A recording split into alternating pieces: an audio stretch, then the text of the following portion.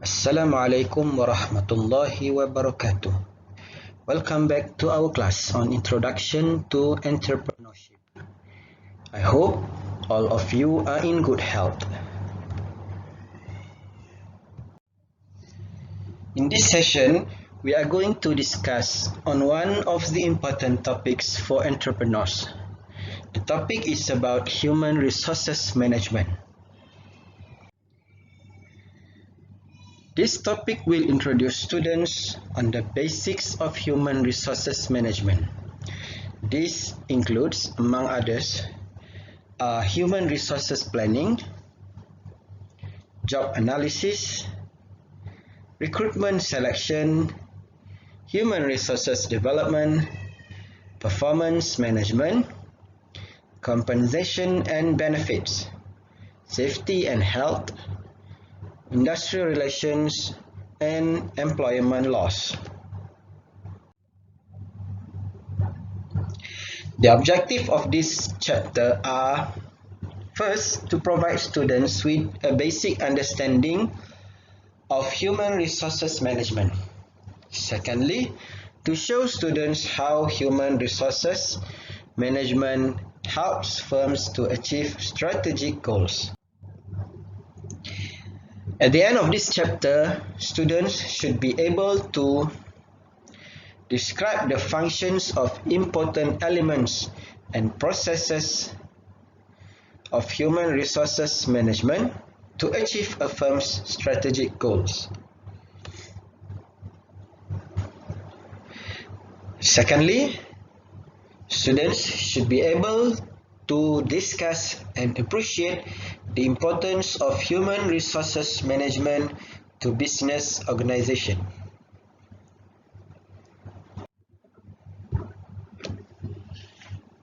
An entrepreneur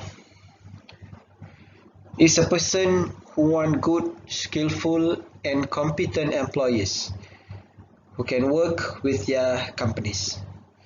These employees must have strong personal characteristics such as being disciplined, hardworking, responsible, trustworthy, and reliable. Therefore, in this chapter, we will briefly explain the various functions needed by an entrepreneur to manage employees and how a company can recruit, retain, train, motivate, and reward the best employee for a given position. So this is very important issues within a company.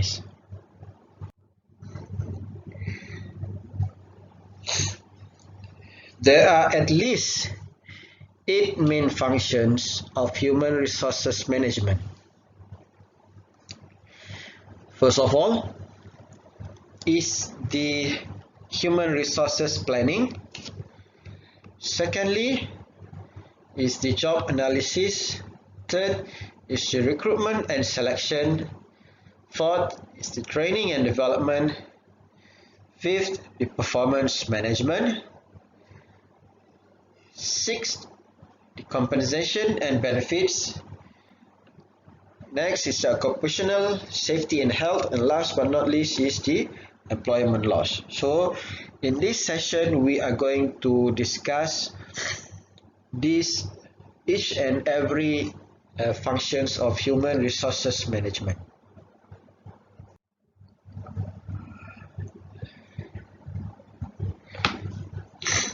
When an entrepreneur launches a new business, budget is always the constraint, especially entrepreneurs who launches a new business. With limited budget, a new entrepreneur needs to recruit employees so that the basic operations of the company can run effectively. For example, if you run a physical shop like Teh Pure or a pisang goreng cheese stall, so you need to have at least 2 workers. So you need at least 2 workers. So the first worker will in charge on the preparation of the pisang goreng, the preparation, and then the second worker will in charge in the serve and entertain the coming customers. So this we can call him as the customer service. So he is going to serve and entertain the customer who come to buy either the teh pio or the pisang goreng cheese. So this is the basic operations of the company. If you don't have enough employee, so the company or the teh pio stall could not run effectively in a day. So the entrepreneur, due to budget and time constraint, entrepreneur might face challenges in recruiting good candidates. Yeah? So candidates who are good normally will opt for better and stable company compared to your newly established companies. So as an options, the entrepreneur may hire friends and family members to help them in their startup. So this is the challenges facing the new entrepreneur.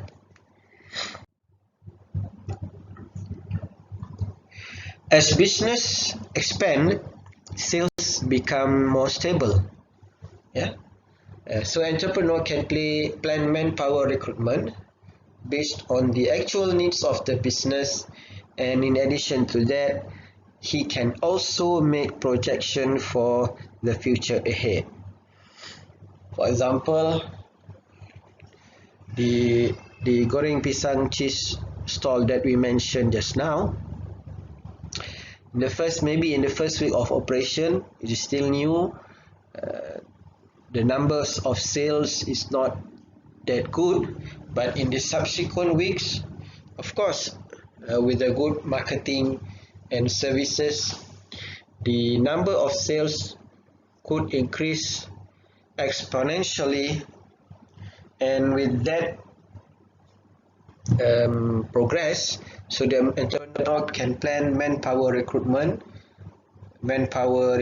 based on the actual needs of the business. Maybe for one day the production of or the sales is just like 100 cup of teh pure, but because of the marketing activities, the good response received from the existing customers, so maybe the number of sales increase from 100 to 200. So when the number of sales growth, so of course entrepreneur need to hire or employ a new worker so that his business can run effectively and will not affect the current services that he offered to the customer.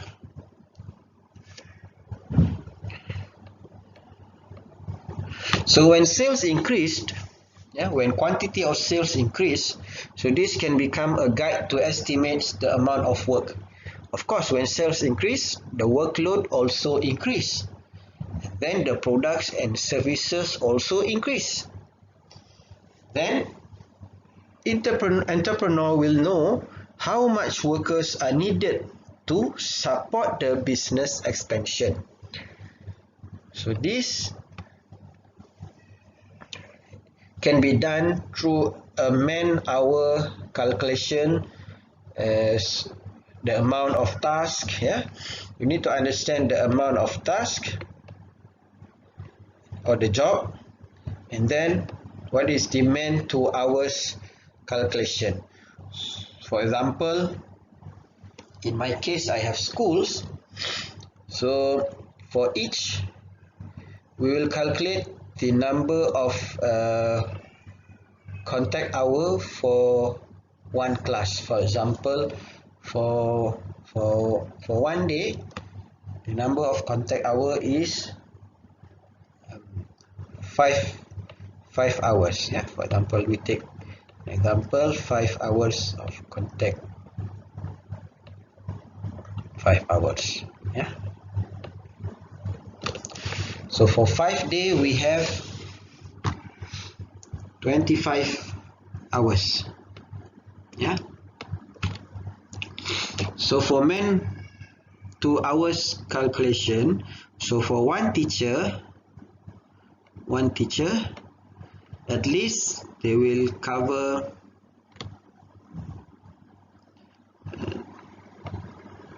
15 contact hours. Yeah, they will teach 15 contact hours for a week. Yeah, for a week. So with that, I know that the class need at least 2 teachers to cover one class for the whole week. Yeah, so that is the example of calculation that can be done by an entrepreneur to identify whether he need to hire a new employee or not. So next we move on to the job analysis. So job analysis is a process where entrepreneur gather information about a particular job. So for example, in the case of school that I mentioned to you just now, we know that the number of class for year 1 in 2021 will increase to at least 2 classes. Yeah, 2 classes. So therefore the school needs additional manpower, especially the number of teachers. Yeah, so therefore from this calculation or from this assumption, so we know that the school need to identify the job activities of the teacher, the duties of the teacher, responsibilities, what is the scope of works, and then also the work environment, behaviors of the candidate, characteristic of a person who can perform a job as a teacher.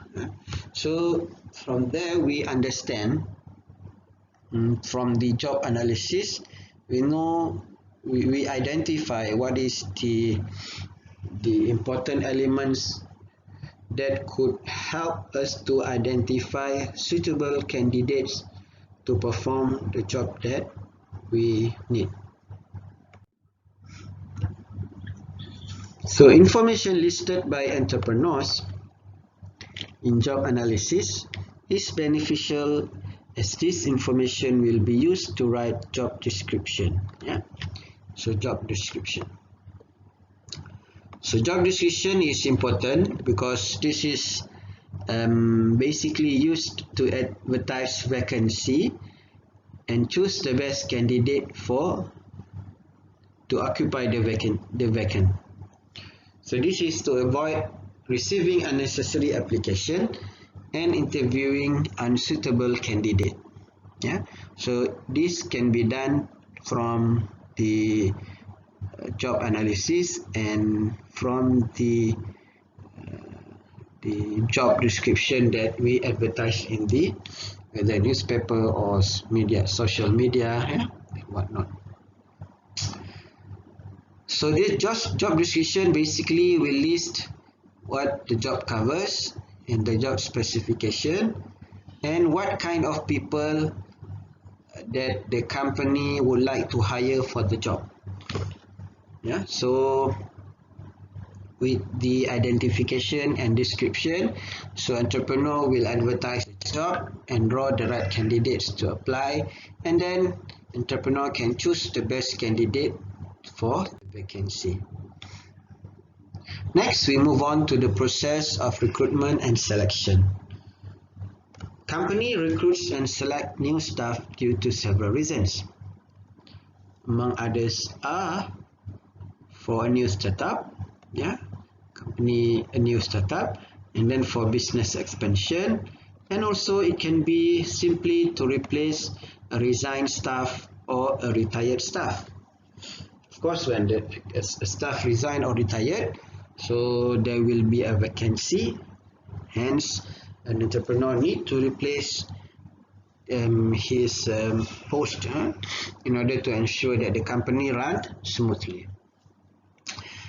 But the challenge is actually how to attract the right candidates with the right skills and the right behaviors that fit the job requirements.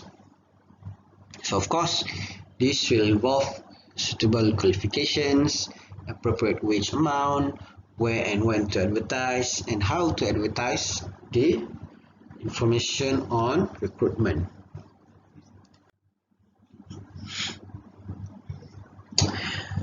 So after the next process is the selection. So after we have advertised the recruitment advertisement, so the next process is the selection.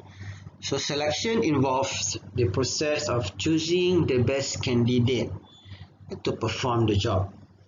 So the information provided by the candidates in their application forms must be scrutinized. So the human resource department need to scrutinize the application forms, and human resource people or the entrepreneur himself will identify or will shortlist the suitable candidates for the interviews. So after we have received the application, when we advertise, and then after we have advertised, we do the selection, and then next, after selection, the third steps is for the interview. So only shortlisted candidates are called for interview. So when we conducted an interview, so the interviewer must be an experienced people. For example, if in an education-based business, so the interviewer must consist of people who understand the education business. And then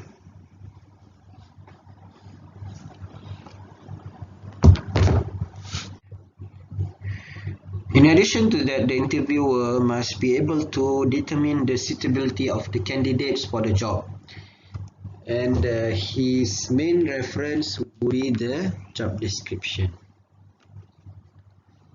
This is to ensure that the selected candidate is the most suitable to perform the job. After we have recruited an employee, so the next important process related to the human resources management is basically to identify the type of training needed for these employees. So an entrepreneur need to understand his employees and need to understand what else can be done so that the employee can improve their job performance, or perhaps for the entrepreneur to enhance their employee, especially in the new business opportunities. So of course, employees need a new skill set.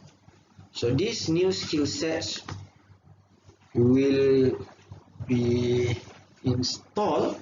We can call like an install this new skill set to his employee, so that this employee can perform whenever the entrepreneur decided to enter into a new business venture or new business opportunities. In addition to that, and for new employees, so it is important for them to attend the orientation or induction programs so that they are prepared for their job in the company. So normally, orientation program or induction program will take around a week or less for the process of introduction and familiarization of these new employees to the company. Next, we move on to the performance management. So after the employee have started the works, so an entrepreneur will need to measure or then entrepreneur need to measure the performance of the employee. So one of the widely used or popular performance measurement is the performance management system. So it involves a continuous process of communicating, coaching, motivating, training, feedback, evaluating and reviewing employees' and performance by the supervisors. So this is important to help firms achieve their goals. Yeah. So although you are a small company, so you need to have a performance management system so that the employee understand what is their task or what is their key performance indicator, and then they understand that they will be evaluated based on that key performance indicator. So from there, an entrepreneur will understand what is actually lack in terms of their lack in their employees. So when they understand the lack of, for example, lack of knowledge or skills, so entrepreneur will take action by giving training or motivation to the employees. So with that, entrepreneur will be able to realign the employees to be back to their good performance.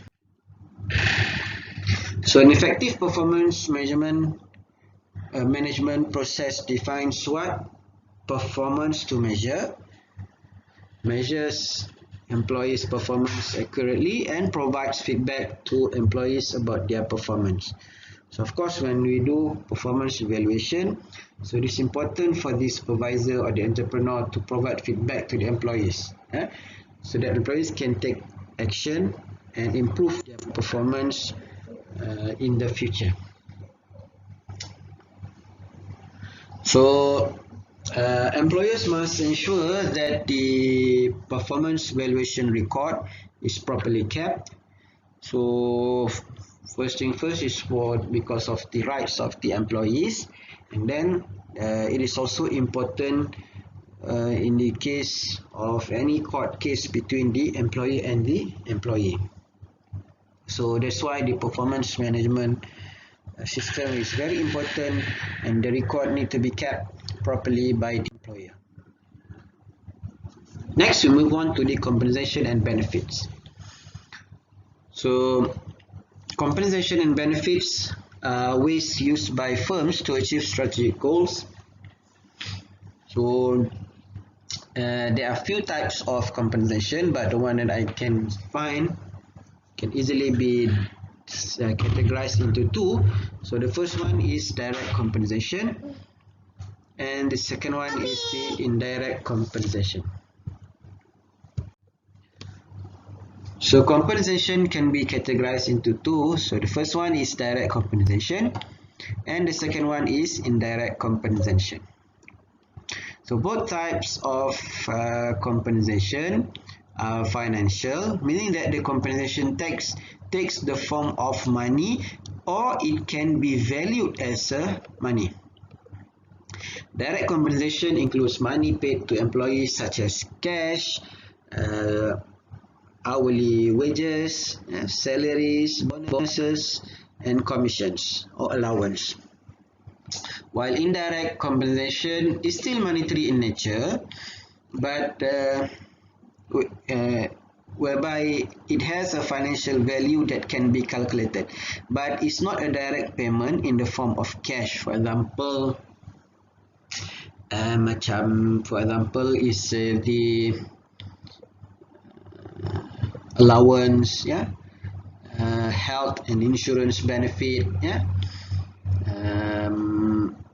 health and insurance benefit is one type of indirect compensation. And not all compensation is necessarily monetary.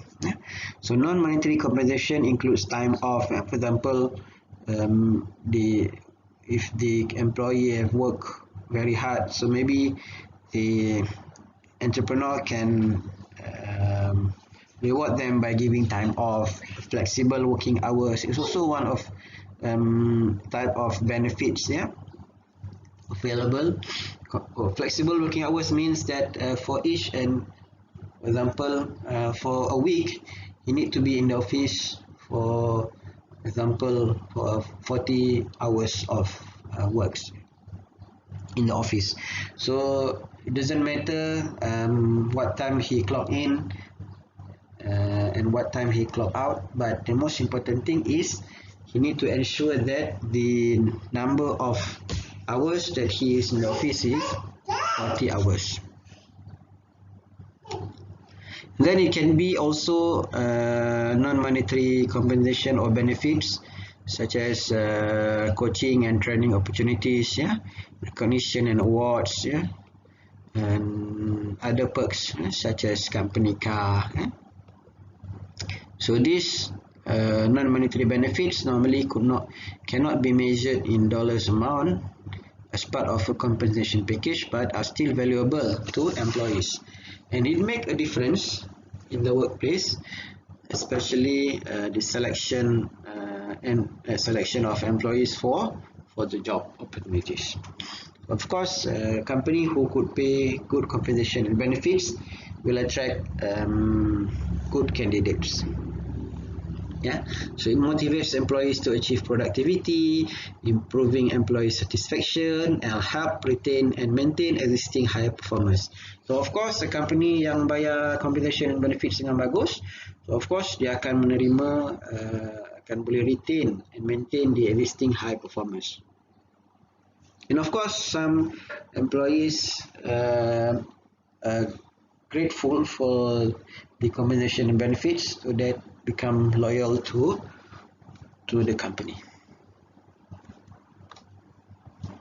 Next, it is on occupational safety and health. So the importance of occupational safety and health issues has been a major concern of the government. This can be seen from the enactment of Occupational Safety and Health Act 1994. So the aim of this enactment is to promote safety and health awareness, and also to establish effective safety organization and performance through self-regulation schemes which are designed to suit the particular industry or organization. So entrepreneurs need to understand and comply with the provision of OSHA. Furthermore, the implementation of OSHA will help to reduce or to avoid accidents at the workplace. And it is also important when a company is able to avoid accidents. So of course, it will avoid costly medical related expenses, minimize employees and their families' physiology and psychological distress, and also helps to avoid severe legal implications, whereby sometimes employers may take action on the company because the company did not provide a good safety and health in the workplace. And last important things within the human resources management is the employment law. So business owners, entrepreneurs, so they need to manage the relationship between employees and the organization. So there are specific employment laws, stipulations outlined regarding permissible work hours, rest days, holidays, annual leave, sick leave, maternity leave, and allowances, employment of foreign workers, termination of employee services, types of disciplinary action, and recommended approach to disciplinary action. So in the case of Malaysia, we have, for example, Employment Act 1955, and then minimum wages. So we have such employment laws, yeah, in Malaysia. So the entrepreneurs is advised to follow statutory requirement in order to avoid being charged, and also to found being guilty and subsequently required to pay compensation to the employee or fined by the human resource department. So when this happen, it will incur additional costs, yeah, to the additional costs and expenses to the entrepreneur. So this is not good for the profitability of the company. So with that, as a business grows, entrepreneur needs to understand and apply the functions of human resources management. So this topic is very important. All 8 functions that we have discussed earlier: the human resource planning, job analysis, recruitment and selection, training and development, performance management, compensation and benefits, safety and health, and employment laws. So all these elements are important to the human resources management. So when business expand, so entrepreneur need to employ this relevant information according or suitable to and suited to it the business expansion. So with that, with the observance of these important elements, so the business could prosper and survive and sustain in the long run. Yeah.